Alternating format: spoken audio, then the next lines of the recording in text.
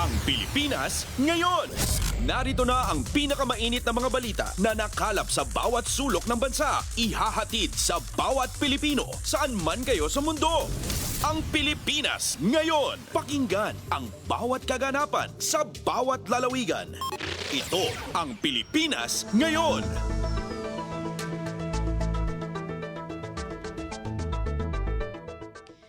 Magandang araw sa ating mga tagapakinig. Welcome po muli sa ating programang Ang Pilipinas Ngayon. Napapakinggan po ninyo saan mga bahagi ng mundo sa pamamagitan ng ating himpilang Radyo Pilipinas World Service ng Presidential Broadcast Service. Napapakinggan po tayo sa Radyo Pilipinas World Service audio streaming sa inyong mga PBS Evox Receiver app at sa Radyo Pilipinas World Service official Facebook page at YouTube channel. Balik shortwave na rin po ang Radyo Pilipinas World Service. Napapakinggan po tayo sa ibayong dagat sa ating mga kababayang overseas Filipino workers at mga seafarers. Ang English program po mapapakinggan tuwing 10 a.m. hanggang 11:30 a.m. sa mga sumusunod na shortwave frequencies.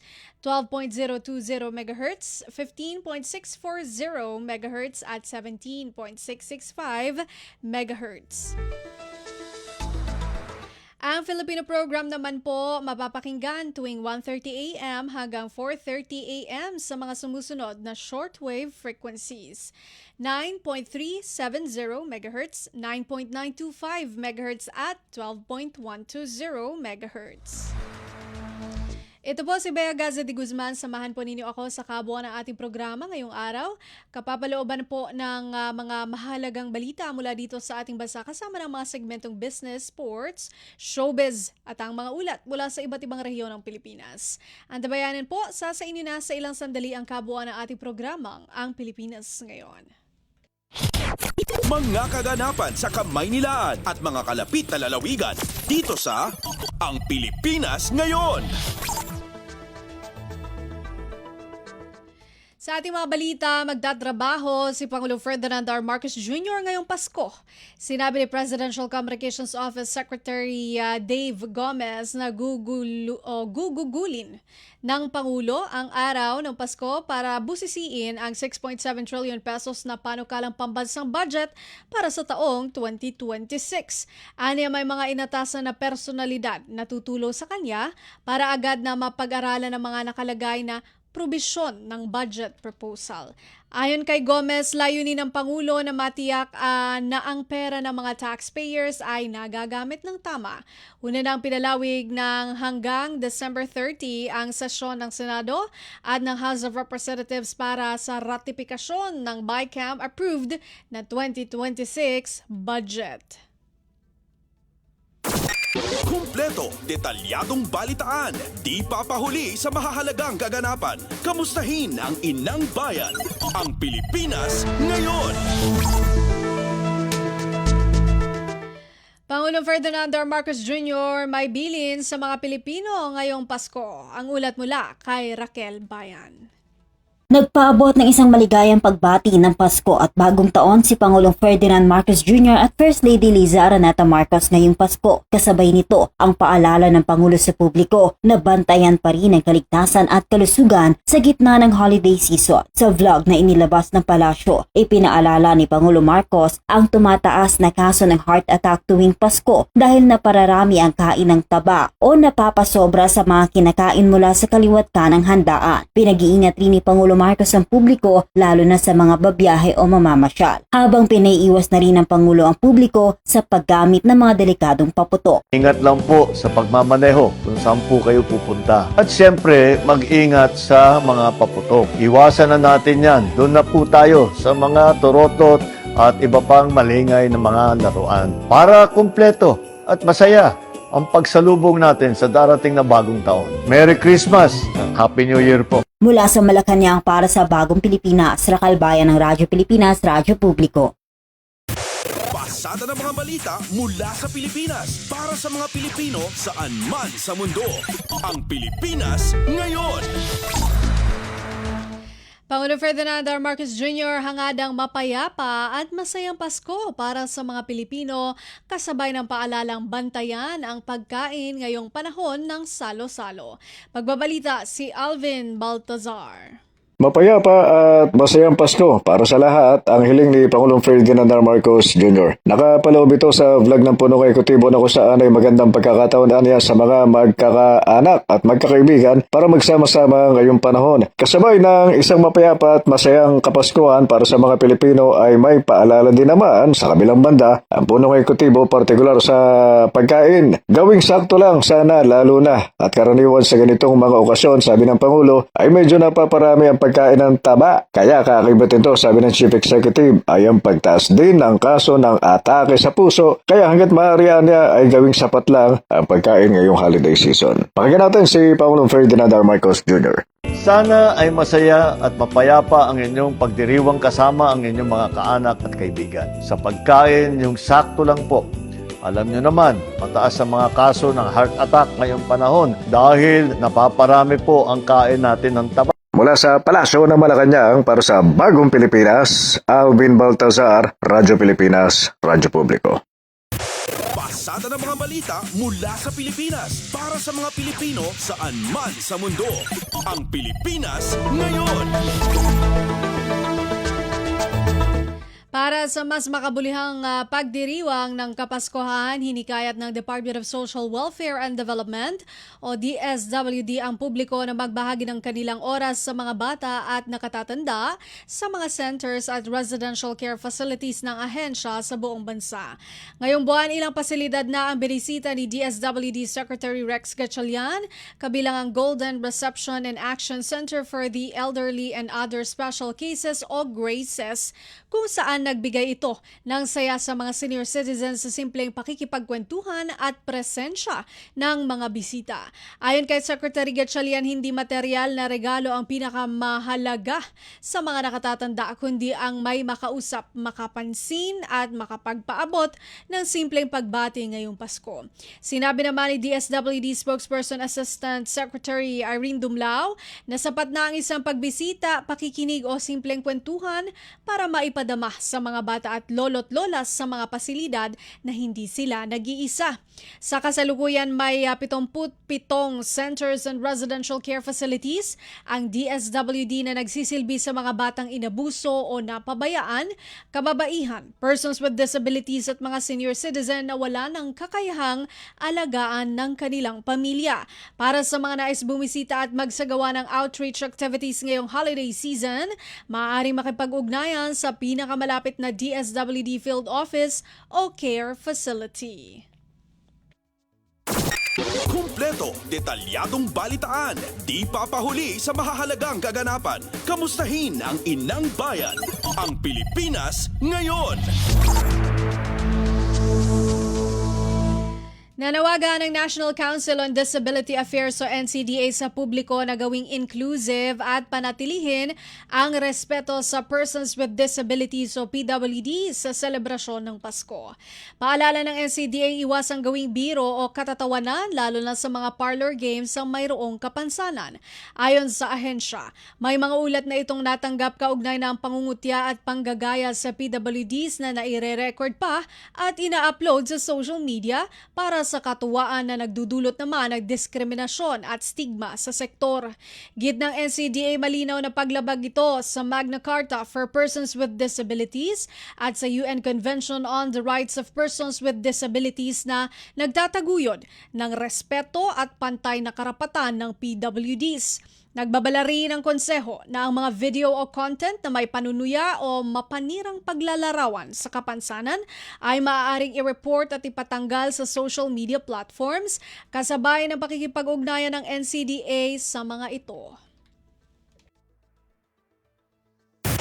Pasada ng mga balita mula sa Pilipinas para sa mga Pilipino saan man sa mundo. Ang Pilipinas ngayon.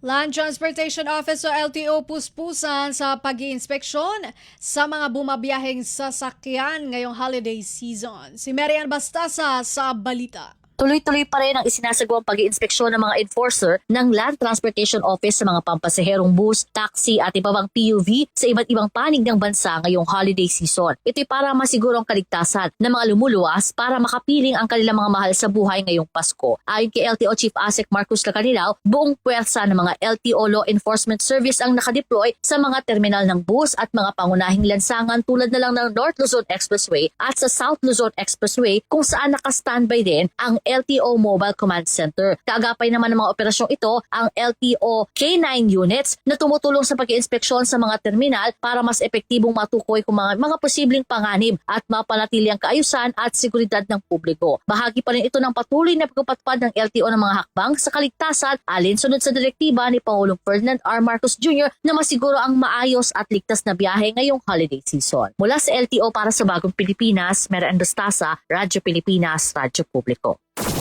Kumpleto, detalyadong balitaan, di papahuli sa mahahalagang kaganapan. Kamustahin ang inang bayan, ang Pilipinas ngayon.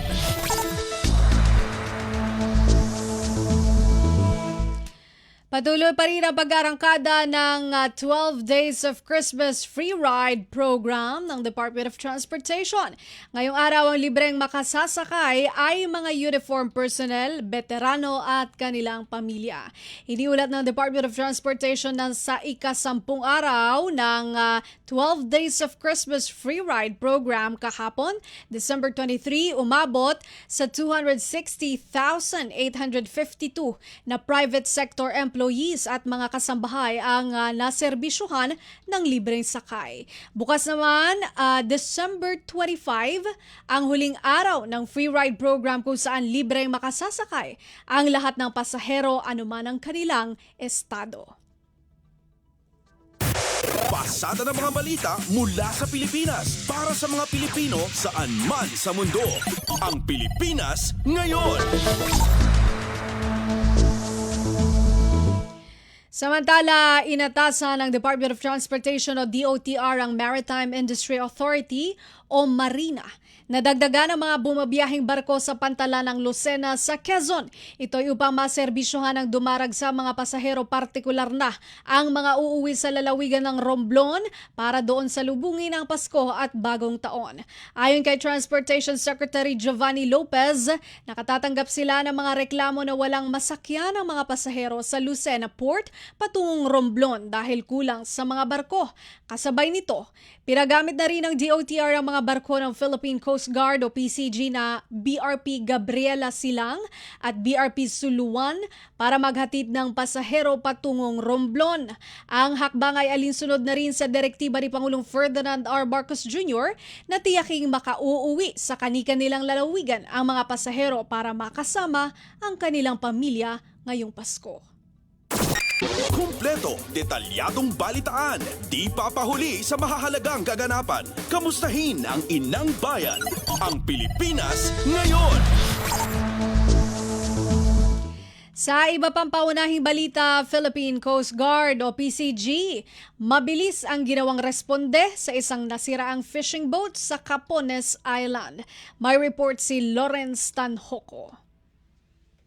Tumugon ng Philippine Coast Guard o PCG sa isang maritime incident na kinasasangkutan ng isang fishing boat na Nika Maritu matapos itong masira ng propeller malapit sa Capones Island noong December 21, 2025. Isinagawa ang rescue operations alinsunod sa direktiba ni Pangulong Ferdinand R. Marcos Jr. na tiyakin ang maritime safety at proteksyon ng mga buhay sa karagatan. Ayon sa ulat, ang motor pangka na may sakay na 11 crew ay pumiyahe mula Subic, Zambales patungong Capones Island ng makakaberya propeller. Bandang alas 4:30 ng hapon ng araw na iyon, secure ng towing line-up o line ng mga tauhan ng BRP Cape San Agustin o yung MRRV 4408 upang ligtas na mahatak ang fishing boat. Ligtas na naisakay sa BRP Cape San Agustin ang lahat ng 11 crew kung saan isinilalim ang mga ito sa health assessment at binigyan ng medical at mental health psychosocial support ng mga tauhan ng Philippine Coast Guard. Mula pa rin dito sa lungsod ng Maynila para sa Bagong Pilipinas, Lawrence Tanhoco ng Radyo Pilipinas, Radyo Publiko. Kumpleto, detalyadong balitaan, di papahuli sa mahahalagang kaganapan. Kamustahin ang inang bayan, ang Pilipinas ngayon.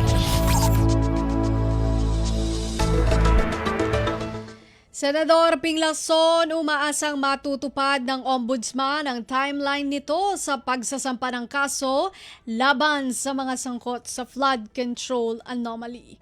Narito si Nympha Asuncion.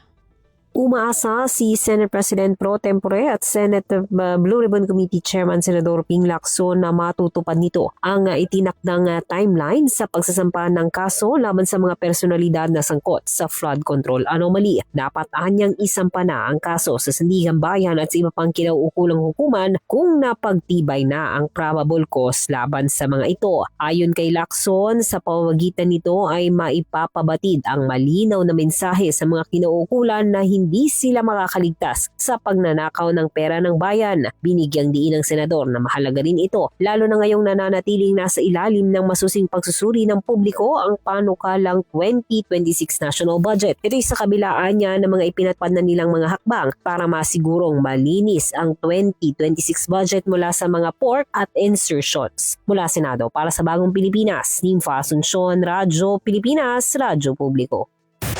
Pasada ng mga balita mula sa Pilipinas para sa mga Pilipino saan man sa mundo. Ang Pilipinas ngayon.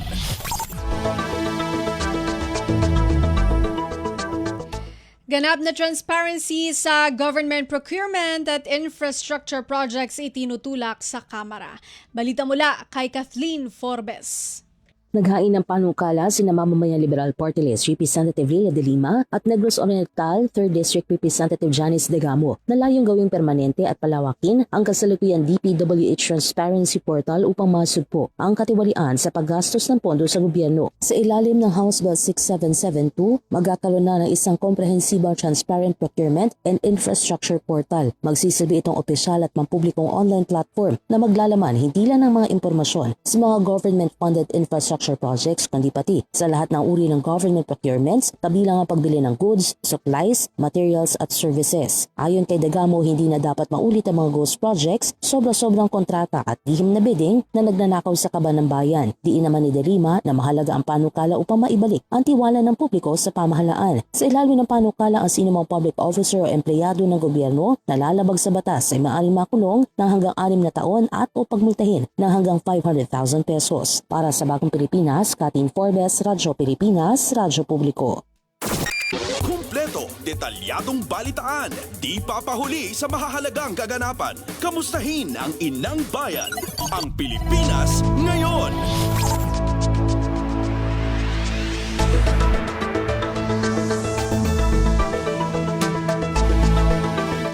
Nanawagan si House Committee on Public Accounts Chairperson na at Bicol Saro, Party List Representative Terry Ridon, kay Batangas Representative Leandro Leviste na aminin at panagutan ang umano'y maling akusasyon laban sa kanya kaugnay ng sinasabing 150 million pesos budget insertion sa 2025 national budget.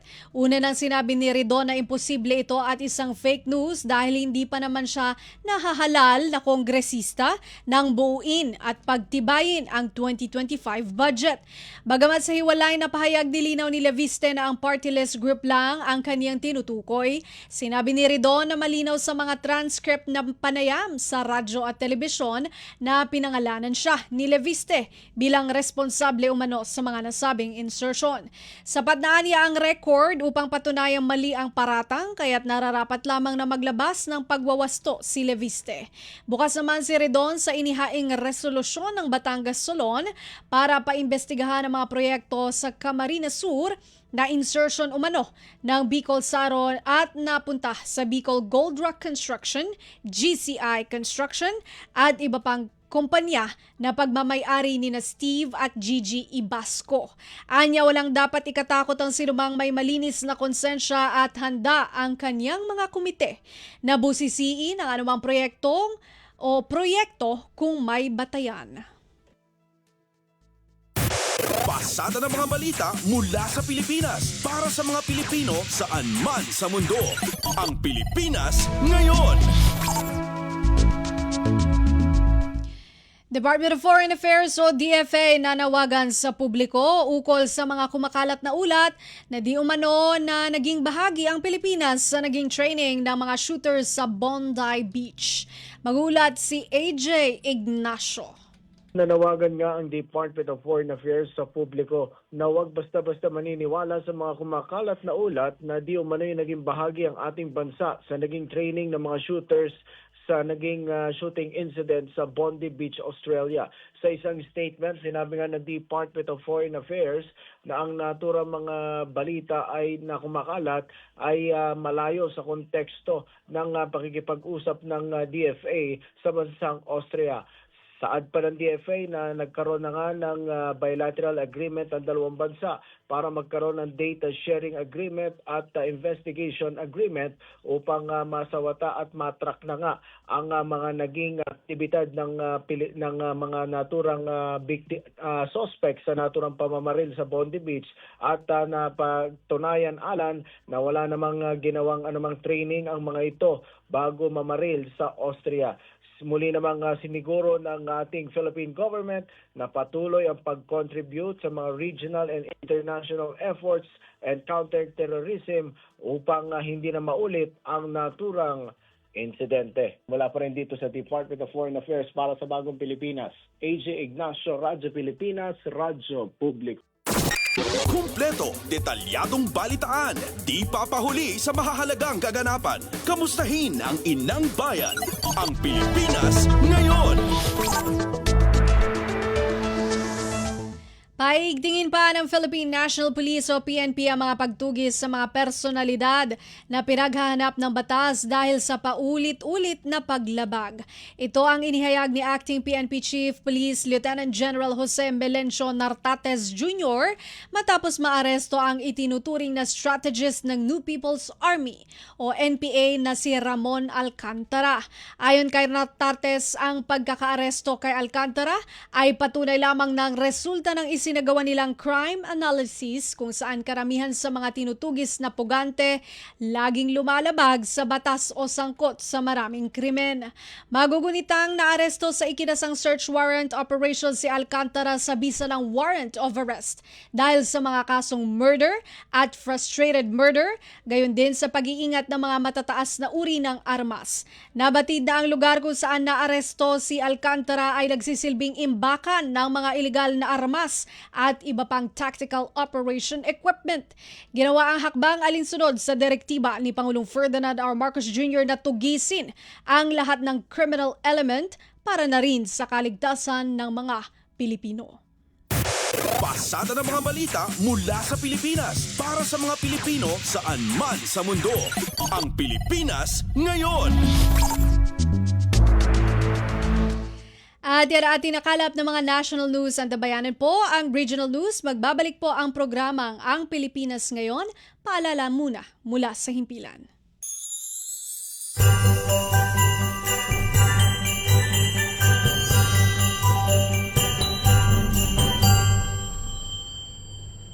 Mula sa pasuguan ng Pilipinas dito sa Abuja, Nigeria, ang inyong lingkod, Ambassador Mersoli J. Milior. Sa ngalan ng ating mahal na Pangulo, ating putihing kalihim ng ugnayang panlabas, sa aking makasamahan dito sa pasuguan ng Pilipinas sa Abuja, nais ko po kayong batiin, ating mga kaibigan dyan sa Radyo Pilipinas World Service at sa inyong mga taga-subaybay ng isang maligayang Pasko. Kami po ay nanalangin na sana makabuluhan at maging masaya ang inyong pagdiriwang at tayo po ay handa upang harapin ang pangako ng isang bagong taon sa 2026. Maraming salamat po sa inyong lahat.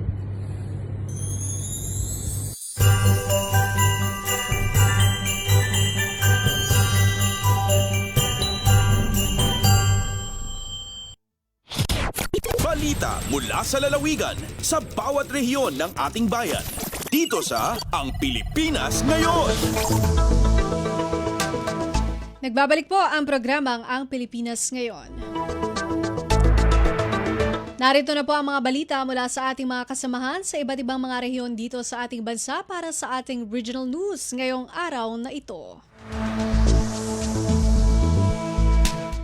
Region 1 Medical Center inulunsad ang Appear Lecture kontra paputok sa isang paaralan sa Dagupan City. Si Verna Beltran, Adaban ng RP Dagupan sa balita. Sa Region 1 Medical Center, Emergency Medicine Department and Health Emergency Management System, dyan pang kakasakay na Gender and Development Violence Injury Prevention Program dyan Dagupan City, so ang malaknab na advokasya rasumpad sari paputok, dyan pa na maglay na social outreach tan advokasya gaya ginawa at Divine Word Academy of Dagupan sa aktibidad at kabyangan na selebrasyon na Firecracker Injury Prevention Month, tatawagan niya Appear o Action Paputok Injury Reduction na sa igatman na sayan programa at pabiskagan so edukasyon na publiko ni paakar at panalwar at sari paputok. Dyan sayan bakta, pimaway so R1MC at ospital, tapian direktan akituyaw at sari kalanguran, lalo na at sari estudyante at junior tan senior high school, yabitlan ispilaan. Liga na agawan aktibidad, imbaga speaker iray manunan bangatlayan ni paakar at sari paputok. Kaibalay gawaan no bilang tanan sugatan, tanong inoroso pananap na tampolya medical ya atensyon. Likod at pangitari impormasyon sa estudyante at iningganyo mat, ya mangibagan na sari tapat dan ideya daraja, dyan pa na maglay na open forum. Unong at R1MC, sayan klase na aktibidad at importante, piyan na sabi iray kalanguran, tan ni pasal at sikaraso suston pikakabat, anti siya piyesta opisyal tan balon taon. Yakas lakan, ya undarakal, so nasusugatan lapod paputoka, sa igatma na programa at aglabat na bawasan, no ag-ingan mat na andian so insidente ya paputok, dyan pa na maglay na mas malaknab na kampanya para di edukasyon tan kaliganan. Malalapod Radyo Pilipinas Dagupan, siya si Verna Beltran Adaban para Radyo Pilipinas World Service. Balita mula sa lalawigan sa bawat rehiyon ng ating bayan. Dito sa Ang Pilipinas Ngayon. Maraming salamat, Verna Beltran Adaban. Mga persons deprived of liberty o PDL sa Mountain Province District Jail, ipinamalas ang kahusayan sa pagluluto sa Lunch for a Reason bilang bahagi ng kanilang on-the-job training o OJT sa Cookery National Certificate Level 2 o NC2. Magbabalita si Donna Cawisbalio ng RP Bontok. Inpakita dagiti persons deprived of liberty when PDL tila ingda iti panagluto iti naangay a lunch for a reason kaspasat ti on-the-job training da iti Cookery National Certificate 2. Ti aktibidad ket insayang ka ti Mountain Province District Jail iti panangidaulo ni Acting Jail Warden John Melicio. Ti tema ti aktibidad ket every plate served a step toward change. Daytoy ket paset ti on-the-job training dagiti agarop 30 a PDL akaraman iti Cookery National Certificate 2 training iti Kai Academy Incorporated ken Technical Education and Skills Development Authority. Nalaksid iti panakaiserbi dagiti makan, naangay pay iti live music performances dagiti talentado a PDL ang nagustuhan dagiti bisita. Ti urnong a pondo manipod iti daytoy nga aktibidad ket mausar para kadagiti livelihood programs dagiti PDL iti Mountain Province District Jail. Manipod DZRA Bontok saon ang Donna Cawisbalio para sa Radyo Pilipinas World Service. Umabot sa mahigit 5.2 million.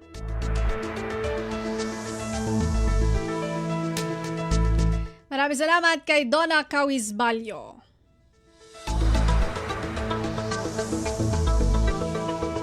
₱5.24 million ipinagkaloob sa 42 agribusiness ng kabataang magsasaka sa YFC 2025 Regional Awarding ng Department of Agriculture o DA.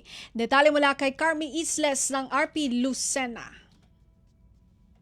Umabot sa mahigit 5.2 million pesos ang kabuuang halaga ng parangal na iginawad sa 42 agribusiness sa mga kabataang magsasaka sa ginanap na Young Farmers Challenge Program 2025 Regional Awarding Ceremony at Summit ng Department of Agriculture, Calabarzon Agribusiness and Marketing Assistance Division mula December 15 hanggang December 17, 2025. Ayon sa DA, ginawaran ng 38 YFC startup ng tig 80,000 pesos bilang panimulang kapital. 7 sa mga ito nagwagi sa regional level at tumanggap pa ng karagdagang 150,000 pesos bilang insentibo. Nagkamit naman ng 250,000 pesos ang isang agribusiness na binuo ng 2 estudyanteng kabataan mula sa University of the Philippines, Los Baños sa ilalim ng YFC Intercollegiate category. Samantala, 3 YFC upscale agribusiness ang nag-uwi ng tig 300,000 pesos bilang suporta sa pagpapalawak ng kanilang mga operasyon. Ang YFC ay isang kompetisyon na inilunsad ng Department of Agriculture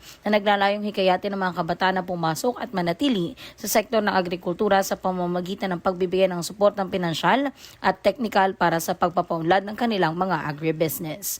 Mula sa RP1 Lucena, ito si Carmi Isles para sa Radyo Pilipinas World Service. Balita mula sa lalawigan sa bawat rehiyon ng ating bayan. Dito sa Ang Pilipinas Ngayon. Maraming salamat kay Carmi Isles. Tiniyak ng isang bokal na walang dapat ikabahala sa pagpasok ng 2,200 biik sa Palawan para sa commercial piggery. Mag-uulat si Goody Sarsagat ng RP Palawan. Ing tanggali Board Member Rafael Ortega Jr., Committee Chair ang Agriculture ang sangguniang palalawigan ng Palawan, ang pagbirabiray ang agasaragod baboy nga saban magdara masakit ang agabot nga 2,000 gatos nga mga udok sa munisipyo ang Aburlan, Palawan kanula lamang para sa isarang commercial piggery. Makunta na bago dya ing payagani ang Hunta Provincial agagidya sa may striktong proseso nga kinabibilangan ni ang pag-itsiher ang aglin sa Bureau of Animal Industry BAE ig mga sanay sa pagariyipan pariyo ang Puerto Princesa ig probinsya ang Palawan. Ing pamatudan dadya kuno ang mga ag-inspeksyon nga ang lugar nga ing alinan ang mga udok ay ara African Swine Fever o ASF o Green Zone Area. Arara kuno dapat nga ikabira-bira ang mga backyard pig racers tingad international. Ang market dia nga imbis nga magiging kakompetensya ay kakatabang pa sa dugang nga kikitan tingad sa bubuating contract growing program idiya. Alindigi sa Puerto Princesa City, Palawan, Goody Sarsagat para sa Radyo Pilipinas World Service. Balita mula sa lalawigan sa bawat rehiyon ng ating bayan. Dito sa Ang Pilipinas Ngayon. Maraming salamat kay Goody Sarsagat. Ilang faculty ng Samar State University matagumpay na sumailalim sa world-class training ng University of Pennsylvania. Narito ang report ni Suzette Pretensio ng RP Calbayog. Padayon nga nag-i-invest ang Samar State University o SSU sa pagpauswag sa liderato ng professional ng kapasidad sa mga opisyal ng faculty katapos makumpleto ang world-class training tikang sa Wharton School sa University of Pennsylvania pinaagi sa Chad Husay program. Sa pinakabag-o nga pag-uswag nga tanan nga 11 nga graduates sa SSU ang nakatapos sa Wharton training ug nakakarawat sa era mga pasidungog durante sa in-person graduate rights nga ginbuhat didto mismo sa University of Pennsylvania sa Estados Unidos. Ginrepresentar ang SSU sa usa sa mga completers nga si Professor Ronald Orale nga mao ang tumindog para sa iyang mga kaupod nga graduates durante sa seremonya. Ang Wharton training ilarom sa Chad Husay program usa nga prestiyoso nga inisyatiba nga nagtutuyo nga pauswagon ang strategic leadership, governance ngan management skills sa mga leader sa state universities ngan colleges sa bug-os nga nasod. Sumala sa SSU, ini nga pagkamanilampuson, nagpapakita sa padayon nga paningkamot sa universidad nga maghimo sa mga lider nga andam umatubang sa mga kakurian sa edukasyon ngan serbisyo publiko, diri la para sa rehiyon kundi para sa bug-os nga nasod. Matikang sa Radyo Pilipinas Calbayog, ini si Suzette Pretensio para sa Radyo Pilipinas World Service. Balita mula sa lalawigan sa bawat rehiyon ng ating bayan. Dito sa Ang Pilipinas Ngayon. Maraming salamat kay Suzette Pretensio. Filipino Brand of Service Excellence o FBSC training matagumpay na isinagawa sa lungsod ng Tandag. Magulat si Raymond Aplaya ng RP Tandag. Malampuson nga gipahigayon sa Department of Tourism o DOT Caraga Region kabag ang lokal nga panggamhanan ning syudad sa Tandag pinagi sa City Tourism Office ang Filipino Brand of Service Excellence o FBSE training. Ang maong training usa ka makahuluganon nga kalampusan nga nagtumong alang sa pagpalig-on sa tinuod nga espiritu sa pag-abi-abi sa mga Pilipino. Ang mga partisipante niini nakakuha og mga bililhong kahibalo ug praktikal nga pamaagi aron nga mapataas ang kalidad sa ilang serbisyo nga nakabase sa core values nga naghimo sa pagkamahigalaon sa mga Pilipino nga makonsidera ng world class. Usa sa nahimong resource speaker mao si Richard Nick Amores nga naghatag og usa ka makapadasig ug makalingaw nga sesyon nga nigiya sa tibok team ngadto sa usa ka makahuluganon nga learning experience. Gikan sa Radyo Pilipinas Tandag, kini si Raymond Aplaya alang sa Radyo Pilipinas World Service. Balita mula sa lalawigan sa bawat rehiyon ng ating bayan. Dito sa Ang Pilipinas Ngayon. Maraming salamat, Raymond Aplaya.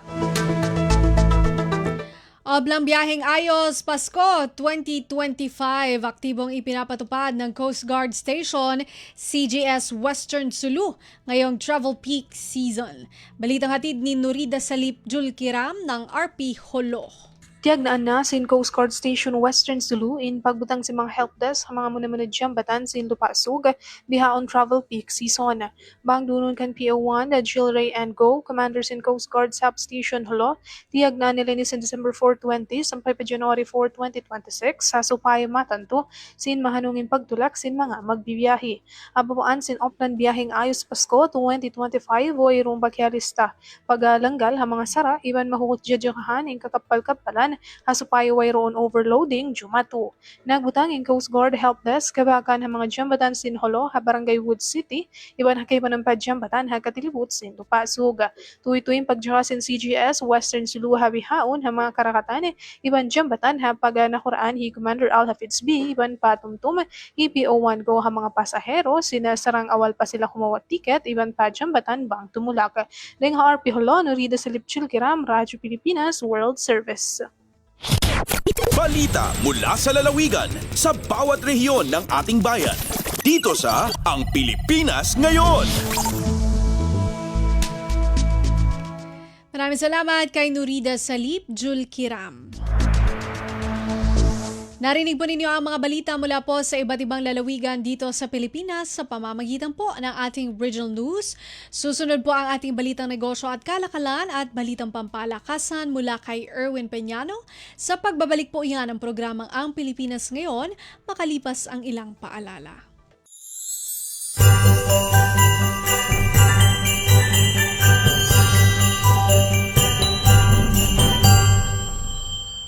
Maligayang Pasko at manigong bagong taon sa lahat ng Pilipino saan mang sulok ng mundo at sa mga Pilipinong naninirahan at nagtatrabaho dito sa bansang Hungary at sa mga tagapakinig po ng Radyo Pilipinas.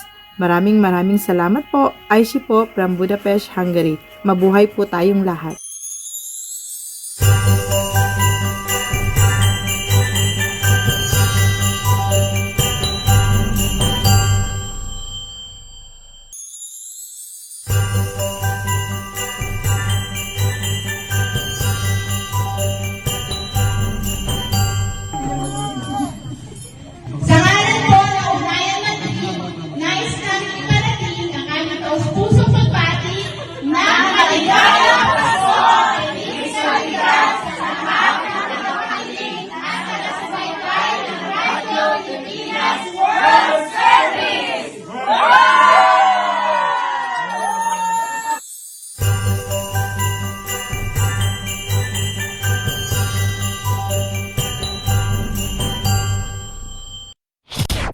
Lagay ng ekonomiya, kalakalan, negosyo at iba pa. Atin ang alamin dito sa Ang Pilipinas Ngayon.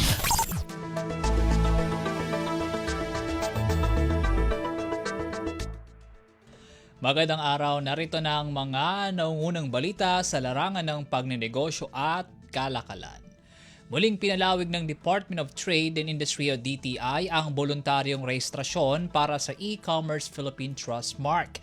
Ayon sa ahensya, palalawigin pa ang rehistrasyon hanggang sa Disyembre 31 ng 2026 para bigyan ng sapat na panahon ang mga negosyo na makakuha ng sertifikasyon. Sa ngayon ay aabot pa lamang sa lampas 18,000 mga negosyo ang nag-a-apply para sa Trust Mark. Bago ito, una nang inischedule noong Setyembre 30 ang deadline sa nasabing rehistrasyon, ngunit minabuting palawigin hanggang Disyembre 31 ng kasalukuyang taon. Habang papalapit ang nasabing deadline, marami pa ring negosyo ang humihingi ng extension, bagay na pinagbigyan naman ng ahensya. Samantala sa isang panayam naman kay DTI Secretary Cristina Roque, sinabi nito na patuloy ang kanilang assessment sa ipinatutupad na regulasyon ng ibang bansa pagdating sa online business registration. Anya, ang mga pag-aaral dito ay kanilang gagamitin para sa pagpapahusay pa ng mga kahalintulad na pulisiya sa Pilipinas. Iginit din ng kalihim na hindi dagdag pasanin ang nasabing Trustmark certification, kundi isang kasangkapan na panangga ng mga negosyo mula sa mga scammer na naisirain ang tiwala ng mga consumer. Lagay ng ekonomiya, kalakalan, negosyo at iba pa. Atin ang alamin dito sa Ang Pilipinas Ngayon.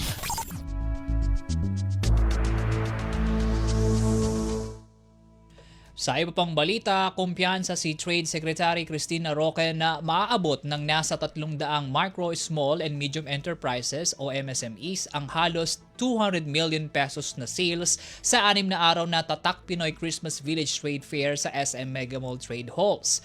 Ayon sa kalihim, malaking factor ang Christmas season sa inaasahang bentahan ng mga produkto, dagdag pa ang magandang pagtanggap sa nakaraang trade fair na kumita ng nasa 115 million pesos.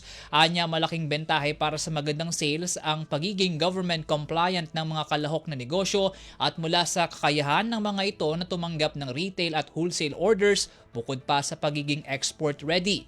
Binigyang diin ni Roque ang kahalagahan ng mga ganitong aktibidad upang mabigyang exposure ang mga negosyo mula probinsya at mabigyang kaalaman ang mga customer na nasa Metro Manila mula sa existence ng mga ganitong negosyo. Bago ang Christmas Village Trade Fair, nasa 11 trade fairs na ang pinangunahan ng Department of Trade and Industry sa mga nakalipas na buwan. Mas marami ito kung ikukumpara sa 5 trade fairs na inilunsad noong nakaraang taon. Una nang sinabi ni Roque na ang goal ng nasabing trade fair ay hindi lang matulungang makasurvive ang mga MSME sa bansa, kundi mapayabong pa ang mga ito. Lagay ng ekonomiya, kalakalan, negosyo at iba pa. Atin ang alamin dito sa Ang Pilipinas Ngayon.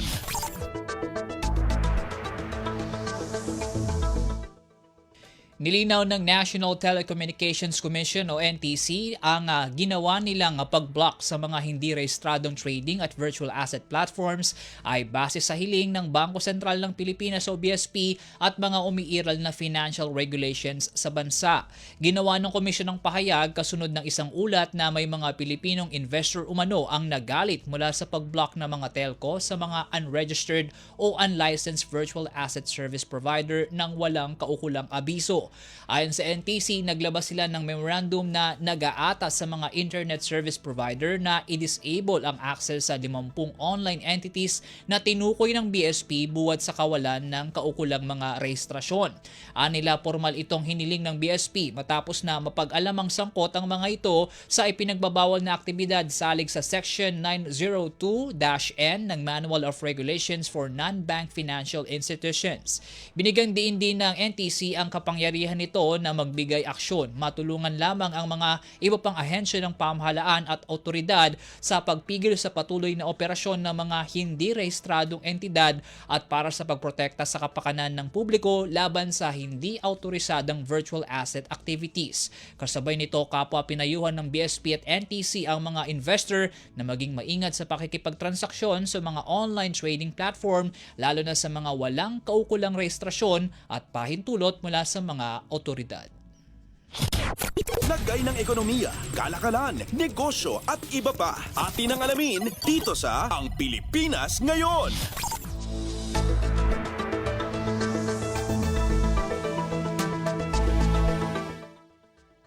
Tiniyak ni Energy Secretary Sharon Garin na mananatiling transparent ang gobyerno sa pamamahala ng energy assets. Ginawa ng Energy Chief ang pahayag matapos na maselyuhan ang privatization sales ng Kaliraya Botocan Kalayaan o CBK Hydroelectric Power Plant Complex sa pagitan ng Power Sector Assets and Liabilities Management o SALM Corporation at ng Thunder Consortium kamakailan. Sa isang kalatas, pinuri ng kalihim bilang isang significant milestone sa ilalim ng Power Sector Reform Program ng pamahalaan ang nasabing deal at sumasalmin-anya sa patuloy na interes ng mga mamumuhunan sa Philippine energy sector. Dagdag pa ni Garin, nagbibigay tibay sa privatization program ng Electric Power Industry Reform Act o EPIRA ang nasabing bentahan, kalaki pang pagbibigay diin sa kanilang commitment sa transparensiya at tunay na kompetisyon sa pamamahala ng national assets. Sa ilalim ng kasunduan, binili ng consortium na binubuo ng Aboitiz Renewables Incorporated, Sumitomo Corporation at Electric Power Development Company Limited ang CBK sa halagang 36 billion pesos. Ang napagbentahan ay gagamitin para bayaran ang financial obligations ng SALM at para palakasin ang power sector stability. Ang CBK ay nagbibigay ng maaasahang kapasidad ng enerhiya sa Luzon grid at sumusuporta sa system reliability. Lagay ng ekonomiya, kalakalan, negosyo at iba pa. Atin ang alamin dito sa Ang Pilipinas Ngayon.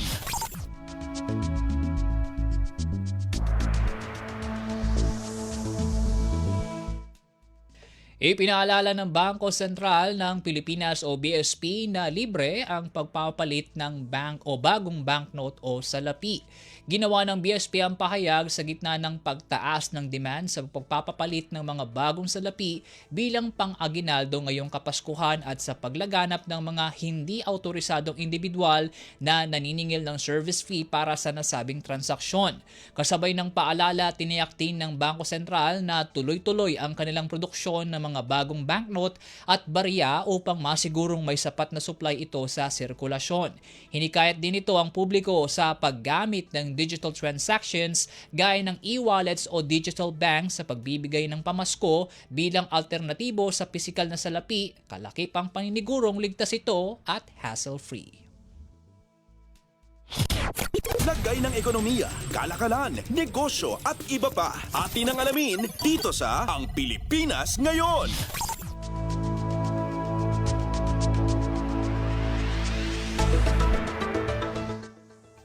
At yan po ang mga may init na balita sa larangan ng pagninegosyo at kalakalan.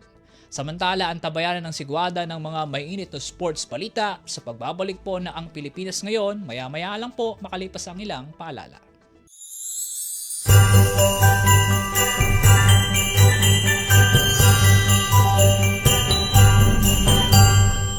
Maligayang Pasko at manikong bagong taon mula sa Philippine Embassy dito sa Brussels, Belgium. Ako po ay si Ambassador Jaime Victor Leda na bumabati po sa Radyo Pilipinas World Service.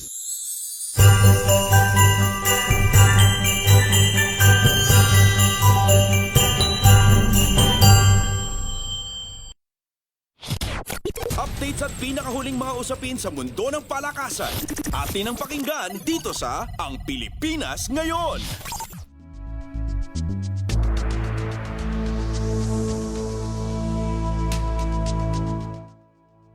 At nagbabalik po ang Pilipinas Ngayon. Para naman sa sigwada ng mga may init na sports balita, wala pa sa plano ni Gilas Pilipinas regular head coach Tim Cone ang pagpapalawig sa kasalukuyang 12-man pool ng kanyang binuo. Ginawa ng veteran mentor ang pahayag makaraang mag-stand out ang ilang players na siyang kumatawan sa SEA Games bilang miyembro ng tinaguriang Gilas Team C. Ilan sa nagpakita ng magandang performance sa SEA Games ay sina Robert Bolick, Ray Parks at Jimmy Malonzo. Ayon kay Cone, hanga siya sa mga batang hinawakan ni Coach Norman Black sa Biennial Meet at aminadong matagal nang nasa radar ang ilan sa mga ito para maging miyembro ng kanyang core team.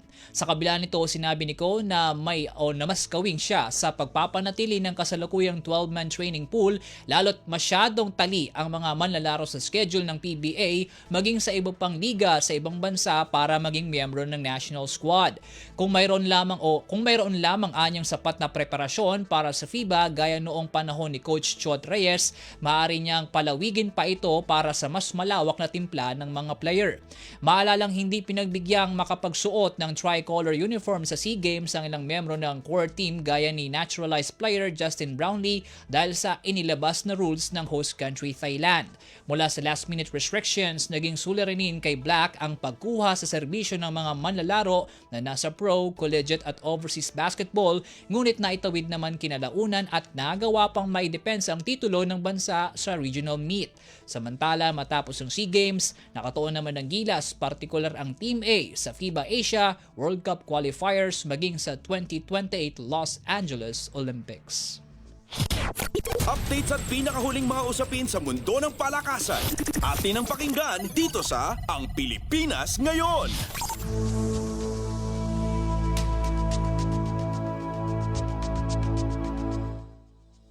Mula basketball, lipat naman tayo sa swimming. More medals, more rewards, iyan ang nakaabang sa Filipina swimmer na si Kyla Sanchez matapos makapag-uwi ng pinakamaraming medalya mula sa kanyang paglahok kamakailan sa Southeast Asian Games. Base sa dami ng kanyang nasungkit sa swimming event kung saan binubuo ito ng 3 golds at 5 silvers, tinatayang lampas sa 1.2 million pesos ang inaasahang mapapasakamay ng Olympian swimmer. Ito'y salig sa Republic Act 10699 o National Athletes and Coaches Benefits and Incentives Act o ACT na siyang nagbibigay ng financial rewards sa mga atleta at coach na nagbigay karangalan sa bansa. Sa ilalim ng batas, ang atletang nagwagi ng gintong medalya sa SEA Games ay makakukuha ng nasa 300,000 pesos na cash incentives, 150,000 pesos sa mga nakasungkit ng silver, habang 60,000 pesos naman sa mga nakaabot ng bronze. Percentage basis naman ang susundan sa mga nagwagi sa team event. Maalalang nasungkit ni Sanchez ang 3 gold sa women's 100-meter freestyle, 100-meter backstroke at 4x100 meter freestyle relay team event. Nakalawit naman niya ang 5 silver sa 50-meter backstroke, 50-meter freestyle, 200-meter freestyle at 4x200 meter freestyle relay at 4x100 medley relay. Ang mga nasabing karangalan ay naglagay sa kanya bilang most bemedaled athlete ng Pilipinas sa nagdaang edisyon ng Biennial Meet. Updates at pinakahuling mga usapin sa mundo ng palakasan. Atin ang pakinggan dito sa Ang Pilipinas Ngayon.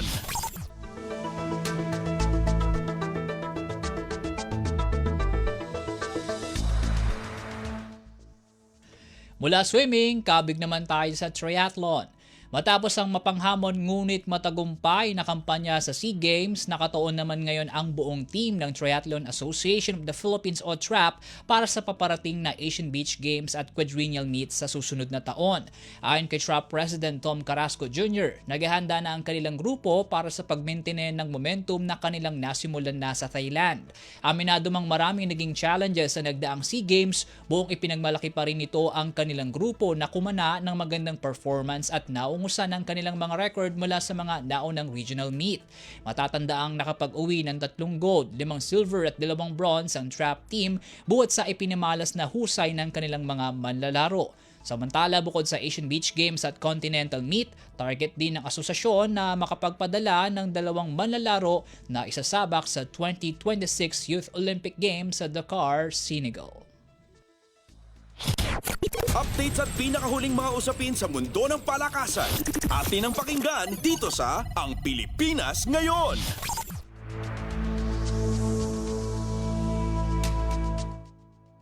Mula triathlon, talo naman tayo sa boxing. Wala nang dadalhing hinanakit ang Filipino boxer na si Nesty Petesio mula sa pagsampa nito sa taong 2026. Ito ang binanggit ng Olympian boxer makaraang madismaya sa naging resulta ng kanyang pakikipagsagupa sa SEA Games. Ayon kay Petesio, maraming lessons ang itinuro sa kanya ng regional meet, bagay na kanyang pangahawakan upang mapa-improve pa ang sarili. Anya, mas tutok na training at mas maayos na preparasyon ang kanyang goal sa 2026 nang sa gayon ay may sakatuparan ng mas solid na performance sa susunod na laban. Matatanda ang bronze lamang ang naiuwi ng Davao del Sur native matapos ang kontrobersyal na split decision loss sa katunggaling si Huswatun Hasana ng Indonesia. Matapos ang SEA Games, focus na muna sa paghahanda sa kanyang eye surgery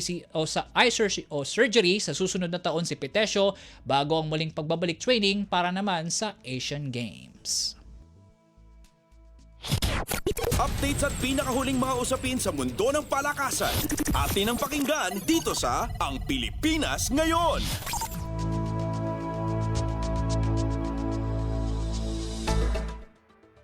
At yan po ang mga balitang aming nakalap sa larangan ng palakasan. Para sa Radyo Pilipinas World Service, ako po si Win Peñano. Samantala, ang tabayanan ng mga maiinit na chika sa mundo ng showbiz, tampok sa balitang artista ni Steph Vicente maya-maya sa pagbabalik po na Ang Pilipinas Ngayon, matapos lamang po ang ilang paalala.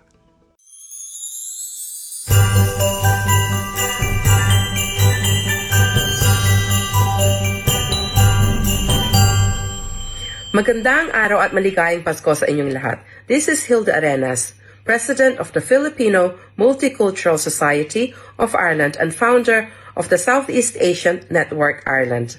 Our heartfelt gratitude to Radyo Pilipinas for giving us this beautiful opportunity to share a Christmas message from our community here in Ireland. Maraming salamat po. I'm reaching out from Dublin, but our hearts are right there with you at your Noche Buena table, in your laughter, in every embrace. Let's close our eyes for a moment. Can you smell Lola's bibingka? Can you hear ang Pasko ay sumapit playing softly in the background? Feel the warmth of family. That is exactly what we created on November 29. A piece of home thousands of miles away. Our community, Salo-Salo sa Pasko, guided by Diwa ng Pasko, Pag-asa, Ligaya at Pasasalamat, brought Filipinos in every region, every province, every island together as one family. This is Bayanihan. Supporting each other, lifting one another. That spirit of unity is what makes us truly Filipino, whether in Manila or in Dublin. We lit our parol, the sacred star, guiding us through our journey abroad. We told our guests, young and old, this is our heritage. Wherever you go, carry this light. Even in darkness, there is always hope. The room came alive with music, songs and dances, echoing every Philippine fiesta. Melodies know by heart, festive dances swirling like in our plazas and barangays. Dublin became Divisoria, became Cebu, became Pangasinan. We carried our celebrations across the ocean. Then came a moment that brought us teary-eyed, our children. Some grew up here, longing to go home on holidays, to see their cousins, titas and titos, most especially their lolas and lolos. Some, born here, who've never touched Philippine soil, performed mano po. Small hands touching foreheads, mano po tito, mano po tita, as they whispered. As we gave their aguinaldo, we passed on blessings, prayers, the very soul of who we are. Watching them honor our elders, I saw something powerful. Culture alive, heritage flowing, identity broken. To every nanay and tatay, to every lolo and lola, your apo may be growing up far away, but they know you, they know your stories. They speak your prayers. We make absolutely sure of it. A special shout out to my brother Gerald, who flew from Scotland to be home with all of you for Christmas. Enjoy every moment, with family and friends. We're celebrating with you in spirit. Distance may separate us, but Dugo is stronger than oceans. Love knows no borders. This Christmas, may pag-asa light your path, ligaya overflow in your homes, and pasasalamat fill every moment for family, for faith, for the beautiful blessing of being Filipino. Mabuhay ang pamilyang Pilipino. Maligayang Pasko sa inyong lahat. Noleg Shauna Jewett from Ireland.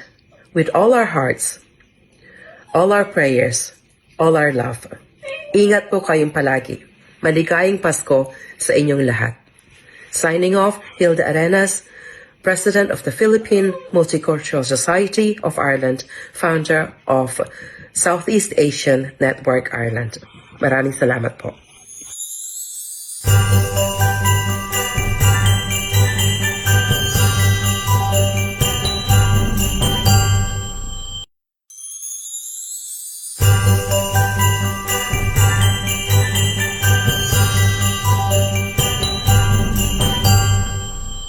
Magandang araw po sa lahat ng tagapakinig ng Radyo Pilipinas World Service. Ako po si Bella Rosales at ako po ay nasa Ankara, Turkiya. Ako po ay taus-pusong bumabati ng isang maligayang Pasko sa inyong lahat. Sa panahong ito ng Kapaskuhan, naway magsilbi itong paalaala ng pag-asa, pagmamahal at pagkakaisa. Lalo na para sa ating mga kababayang Pilipino saan mang panig ng mundo. Kahit tayo ay magkakalayo, iisa pa rin ang ating puso bilang Pilipino at isang pamilya at isang bayan. Naway, ang Pasko ay magdala ng lakas ng loob, kapayapaan at bagong pag-asa sa bawat isa sa atin. Sama-sama po nating ipagdasal ang mas maliwanag na bukas para sa ating mga pamilya at sa ating minamahal na Pilipinas. Maraming salamat po sa patuloy ninyong pakikinig sa Radyo Pilipinas World Service. Muli, maligayang Pasko at manigong bagong taon sa inyong lahat.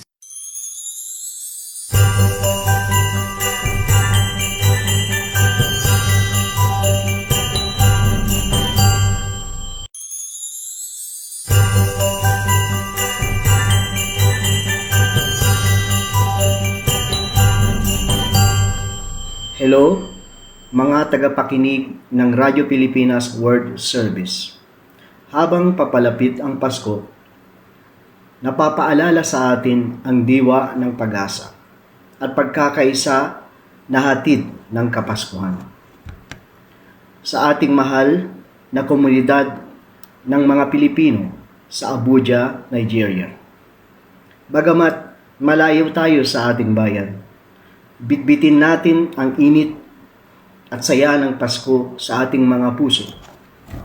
Sa Paskong ito, palakasin natin ang diwa ng pagkakaisa, suportahan natin ang isa't isa, at ipagpapatuloy natin ang pagpapalaganap ng kabutihan at pagmamahal. Naway magdala ng bagong taon ng mas maliwanag na mga araw at hindi mabilang na biyaya para sa ating lahat. Maligayang Pasko at maligong bagong taon.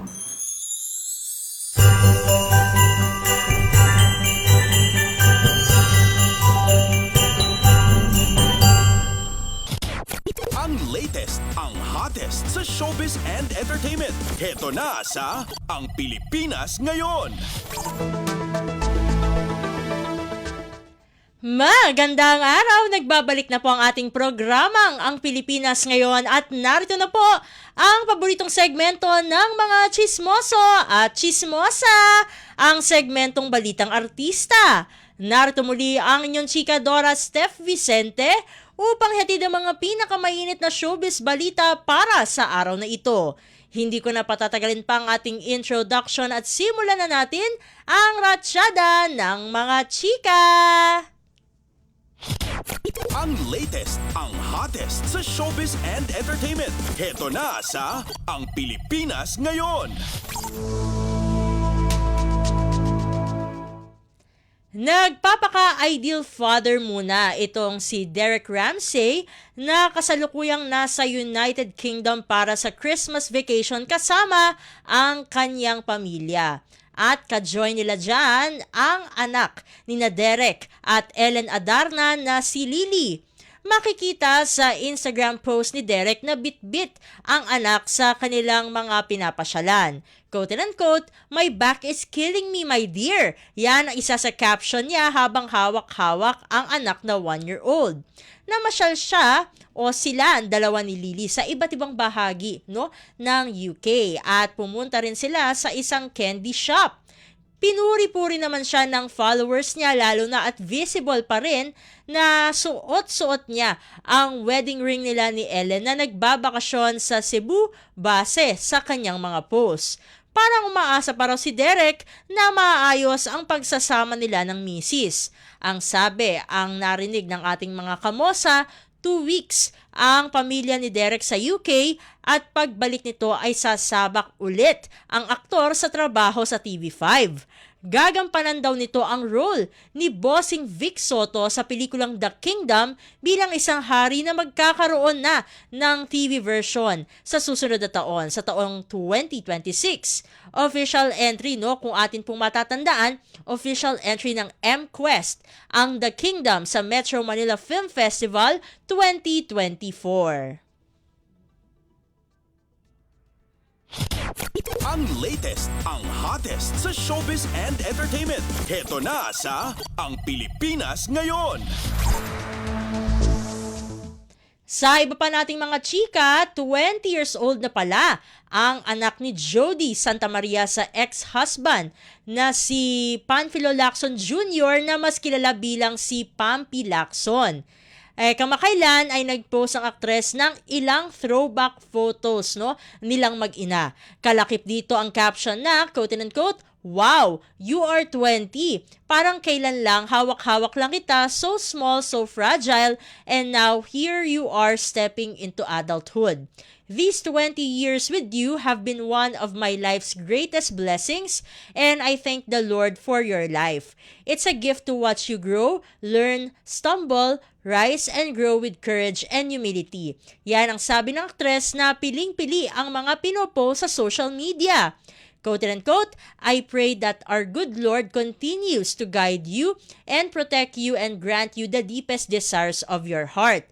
I pray for the wisdom to know your worth, strength to overcome challenges, and courage to dream big. Sabi ko lagi sa'yo, libre ang mangarap anak, kaya taasan mo na." Yan ang bilin niyan dito kay 30.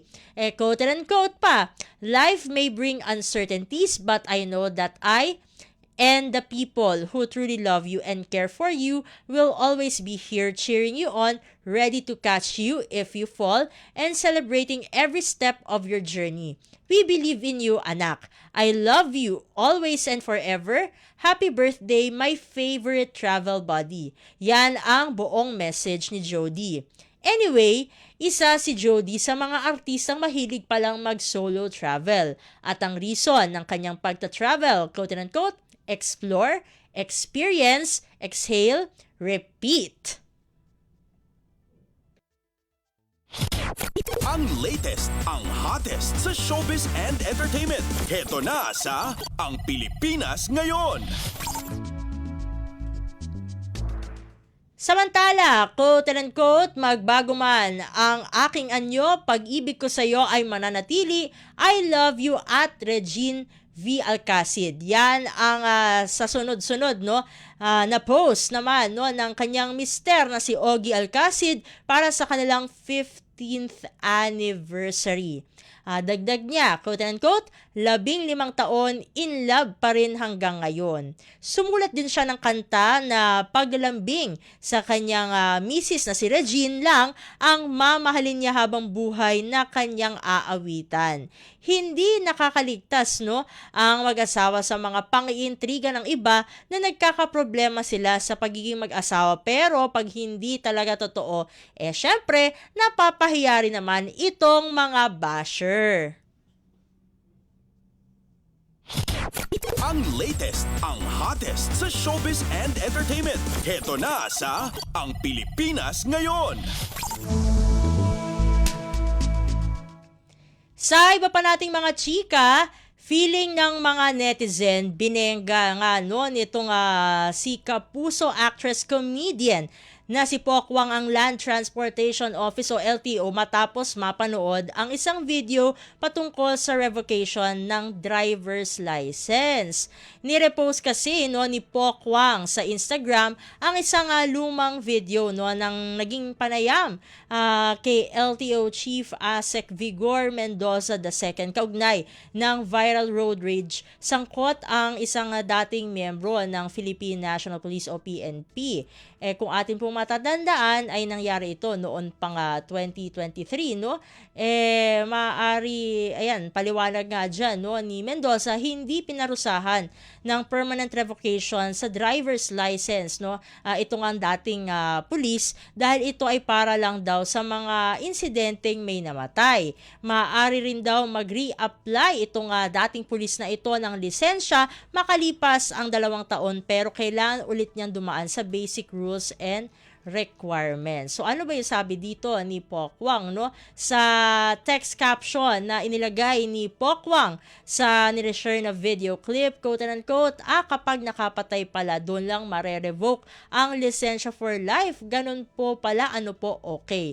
Wala namang binanggit na pangalan si Pokwang sa kanyang post pero naniniwala. Syempre alam naman natin ang ating mga kamosa ay kumbaga sila na yung nakikiramdam kung sino yung binablind item sa mga post na ito ng mga netizens na may kaugnayan nga ito sa pagkumpiska sa driver's license ng kanyang kapatid na nanampal at nambatok sa isang tatay na nagkakariton matapos magkagirian sa kalye. Eto, pahayag naman pahayag ni LTO Chief Asek Marcos Villacanilao, narinig na niya ang paliwanag ng 2 kampo hinggil sa nangyaring insidente. Sabi pa nga dito, quote and unquote, hinayaan ko silang magpaliwanag pero nakita ko doon at yung mga kasamahan natin na mayroong pagmamalabis, mayroong pang-abusong nangyari.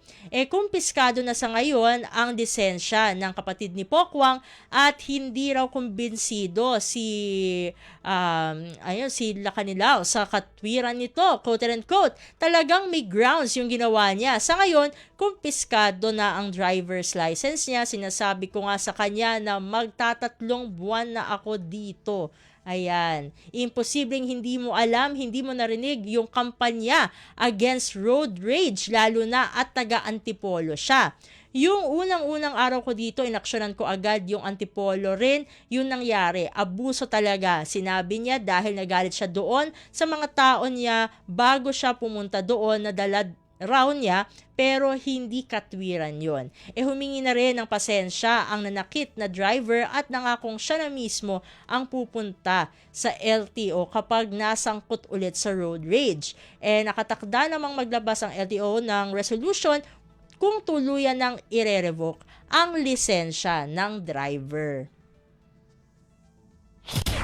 Ang latest, ang hottest sa showbiz and entertainment. Heto na sa Ang Pilipinas Ngayon.